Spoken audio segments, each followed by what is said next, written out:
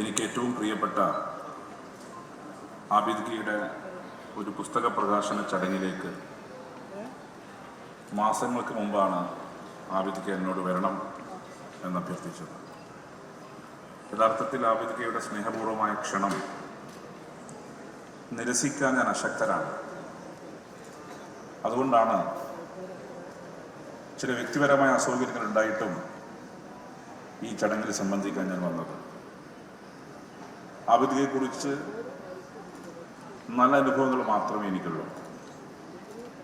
അദ്ദേഹത്തെയും എന്നെയും ബന്ധിപ്പിച്ചത് എൻ്റെ പൊളിറ്റിക്കൽ മെന്റർ സഖാവ് കോടിയേരി ബാലകൃഷ്ണനാണ്. അവിടെ വെച്ചാണ് ഞങ്ങളുടെ ബന്ധം ആരംഭിക്കുന്നത്. ഏതാണ്ട് 2 പതിറ്റാണ്ടായി ആബിദ് കയുമായി വ്യക്തിപരമായ സൗഹൃദവും സ്നേഹവും എനിക്കുണ്ട്. വിദ്യാർത്ഥി സംഘടനാ പ്രവർത്തകനായി യുവജന സംഘടനാ രംഗത്തേക്ക് കടന്നു വന്നു. പിന്നീട് നിയമസഭാ സാമാജികനായും നിയമസഭാ സ്പീക്കറായിരിക്കുമ്പോഴുമെല്ലാം ആ ബന്ധം ദൃഢപ്പെടുത്തി കൊണ്ടുപോകാൻ എനിക്ക് സാധിച്ചു എന്നുള്ളതാണ്. അതൊരു പക്ഷെ അദ്ദേഹത്തിൻ്റെ പ്രത്യേകതയായിരിക്കാം. അദ്ദേഹത്തോട് ഞാൻ പറയും, നിങ്ങളുടെ ഏറ്റവും വലിയ പ്രത്യേകത എപ്പോഴും ചിരിക്കാൻ സാധിക്കുന്നു എന്നുള്ളതാണ്. യഥാർത്ഥത്തിൽ എപ്പോഴും ചിരിക്കാൻ സാധിക്കേണ്ടത് നമ്മളെ പോലെ ആളുകൾക്കാണ്. ചിലപ്പോഴെങ്കിലും എനിക്കുണ്ടാവാറുണ്ട്. പക്ഷെ ആബിദ് കയ്ക്ക് ഒരു പിശുക്കും ചിരിയുടെ കാര്യത്തിലില്ല.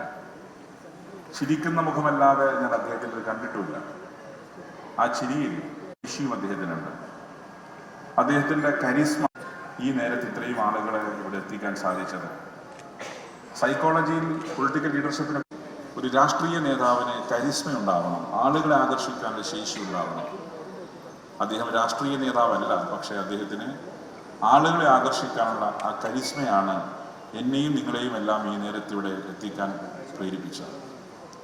അതുമാത്രമല്ല, അദ്ദേഹത്തിന് ഞാൻ കണ്ട പ്രത്യേകത, അദ്ദേഹം പൊളിറ്റിക്കൽ ക്രിട്ടിക്കാണുള്ളത്, പക്ഷെ ഒരിക്കലും ഒരു പരസ്യമായ ക്രിറ്റിസിസം എനിക്കെതിരെ നടത്തിയിട്ടില്ല. പക്ഷെ വ്യക്തിപരമായി എന്നോട് അഭിപ്രായ വ്യത്യാസങ്ങൾ തുറന്നു പറയാൻ ഒരു മടിയും അദ്ദേഹം കാണിച്ചിട്ടുമില്ല. എൻ്റെ നല്ല വശങ്ങളും ചീത്ത വശങ്ങളും എല്ലാം ചൂണ്ടിക്കാണിക്കുന്ന എൻ്റെ ഒരു കാരണവരുടെ സ്ഥാനത്തുള്ള വ്യക്തിയാണ് ആബിദ് ക.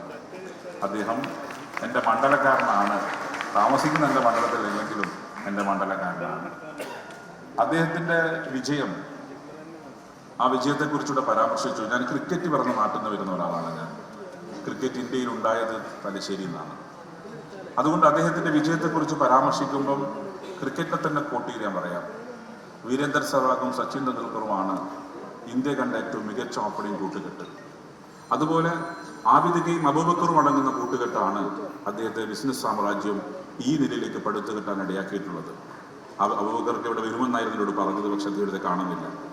ഏതായാലും ആ 2 വ്യക്തികളുടെയും കൂട്ടുകെട്ടിൻ്റെ വിശ്വാസത്തിൻ്റെ ഭാഗമാണ് സഫാരി ഗ്രൂപ്പ് എന്ന ഒരു വലിയ സ്ഥാപനം മധ്യേഷ്യയിൽ ഇന്ന് ആയിരക്കണക്കിന് ആളുകൾക്ക് ജോലി കൊടുക്കുന്ന സ്ഥാപനമായി മാറിയത്. ആ സ്ഥാപനത്തിൻ്റെ ലാഭം അദ്ദേഹം കുന്നുകൂട്ടാറില്ല. ആ ലാഭവിഹിതം ഈ നാട്ടിലെ സാധാരണക്കാർക്ക് അവരുടെ അഭിവൃദ്ധിക്ക് വേണ്ടി, അവരുടെ ചികിത്സയ്ക്ക് വേണ്ടി, ഉന്നമനത്തിന് വേണ്ടി നീക്കിവെക്കാൻ മനസ്സ് കാണിച്ച ഉദാരമതി കൂടിയാണ് ആബിദ് കെ എന്ന കാര്യത്തിൽ ഉറപ്പിച്ചു പറയാം. പണം എല്ലാവരുടെ ഉണ്ടാവും, പക്ഷെ ചെലവാക്കാനുള്ള മനസ്സുണ്ടാവണം. എത്രയോ സമ്പന്നരെ എനിക്കറിയാം, പക്ഷേ ആ സമ്പന്നരൊന്നും ആബിദ് കയെ പോലെ വാരിക്കോരി കൊടുക്കുന്ന ആളല്ല.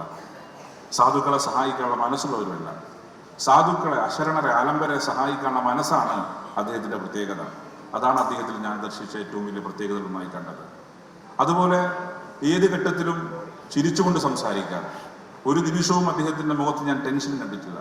ചിരിച്ചുകൊണ്ട് സംസാരിക്കാൻ അദ്ദേഹത്തിന് സാധിക്കുന്നു. നിങ്ങൾക്കറിയാം, ഞാൻ പല വിവാദത്തിലും പെട്ട ഒരാളാണ്. വിവാദത്തിലൊക്കെ പെടുമ്പോൾ ആദ്യം വരുന്ന വിദേശ കോളിലൊന്നും അദ്ദേഹത്തിൻ്റെ ആയിരിക്കും. എല്ലാ ബുദ്ധിമുട്ടൊന്നും ഇല്ലല്ലോ, പ്രയാസങ്ങളൊന്നും ഉണ്ടാവില്ലല്ലോ. പണ്ട് സ്ഥിരം TV ചർച്ചയുടെ മുഖമായിരുന്നു ഞാൻ. TV ചർച്ച കഴിഞ്ഞ് ആദ്യം വരുന്ന ഫോൺ അദ്ദേഹത്തിൻ്റെ ആയിരിക്കും. അല്ല, അത്ര ഷാർപ്പായി പറയേണ്ടതുണ്ടായിരുന്നില്ല. ചില ചർച്ചയിൽ അദ്ദേഹം പറയും, നന്നായി നിങ്ങളുടെ ഭാഗം അവതരിപ്പിച്ചു. അദ്ദേഹം രാഷ്ട്രീയമായി എൻ്റെ എതിർച്ചയിലുള്ള ആളാണ്. സ്പീക്കർക്ക് ഇപ്പോൾ രാഷ്ട്രീയം ഇല്ലെങ്കിലും രാഷ്ട്രീയ നിലപാട് അദ്ദേഹത്തിനുണ്ട്. വളരെ വ്യക്തമായ രാഷ്ട്രീയമുള്ളപ്പോഴും രാഷ്ട്രീയത്തിനപ്പുറത്ത് സൗഹൃദങ്ങൾ സൂക്ഷിക്കാൻ അദ്ദേഹത്തിന് കഴിഞ്ഞു.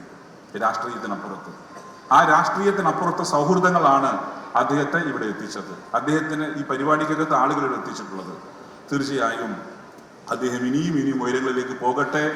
എന്നാണ് എനിക്ക് സൂചിപ്പിക്കാനുള്ളത്. അദ്ദേഹത്തിൻ്റെ ഒരു പുസ്തകം ഇവിടെ പ്രകാശനം ചെയ്യുന്നു. പാണക്കാട്ട് തങ്ങളാണ് പ്രകാശനം ചെയ്യുന്നത്.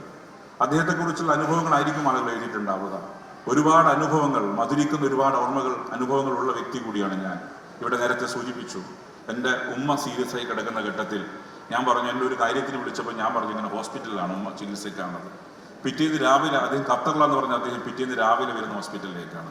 അത്രമാത്രം വ്യക്തിപരമായി ഞങ്ങളുടെയൊക്കെ സ്നേഹവും ബഹുമാനവും അദ്ദേഹം കാണിച്ചിരുന്നു.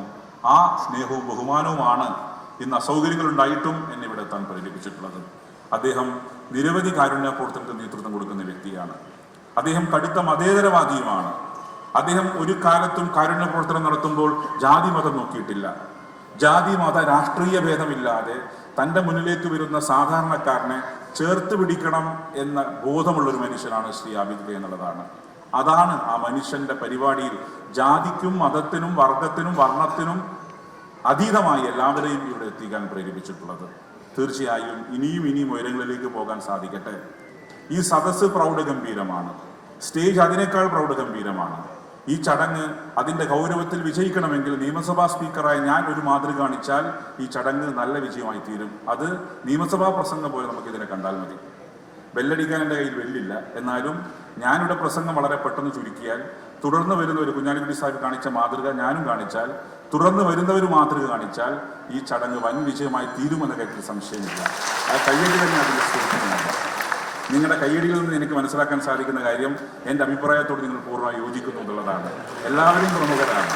അതുകൊണ്ട് നിങ്ങളുടെ എല്ലാം അനുഭവത്തോടു കൂടി ഈ പുസ്തക പ്രകാശന ചടങ്ങ് ഉദ്ഘാടനം ചെയ്ത് പ്രഖ്യാപിച്ചുകൊണ്ട് ഞാൻ എൻ്റെ വാക്കുകൾ അവസാനിപ്പിക്കുന്നു.